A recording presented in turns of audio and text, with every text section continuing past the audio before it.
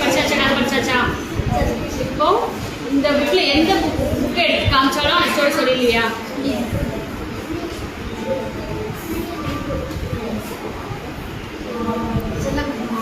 செல்லக்குட்டி மாநில. ஓகே, இது என்ன கதை?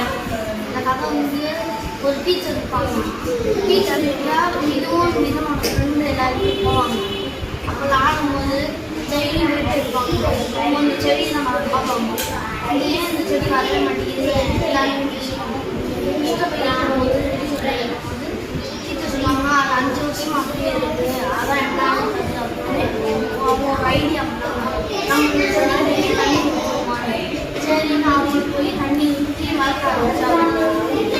பேர் செல்லக்குட்டியாங்க. அவங்க வந்து ஒரு பாப்பா வந்து உரம் எடுத்து வந்து தாத்தா போனாங்க.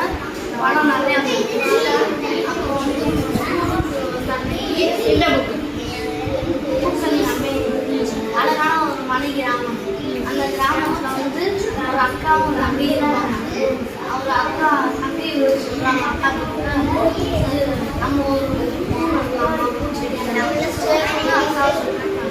அது வெள்ள பூனா நடலாமா, எல்லா பூவும் அப்படிதான் இருக்கு, வேற கலர்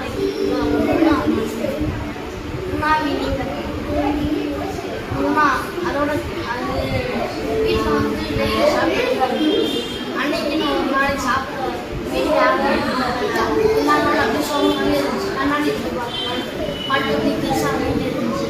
அதெல்லாம் மறுபடிட்டு வீடு அதை எடுத்து அன்னைக்கு புதுசாக ஒரு ஆள் நல்லா சமைச்சிருக்காங்க. சிக்கன்லாம் நல்லா இருந்துச்சு. நல்லா சாப்பிடுச்சு. வீட்டையெல்லாம் கிழிச்சிட்டு சந்தோஷமாக இருந்துச்சு. குட்டி சுண்டேரி வந்து அம்மா வேலை சொன்னால் செய்யாது. வந்து கோவம் விட்டு காட்டுக்கு போயிடுச்சு. அப்போ வந்து சிங்கம் பார்த்து எழுந்திரிச்சு சிங்கம் போயிடுச்சு. அப்புறம் பாம்பு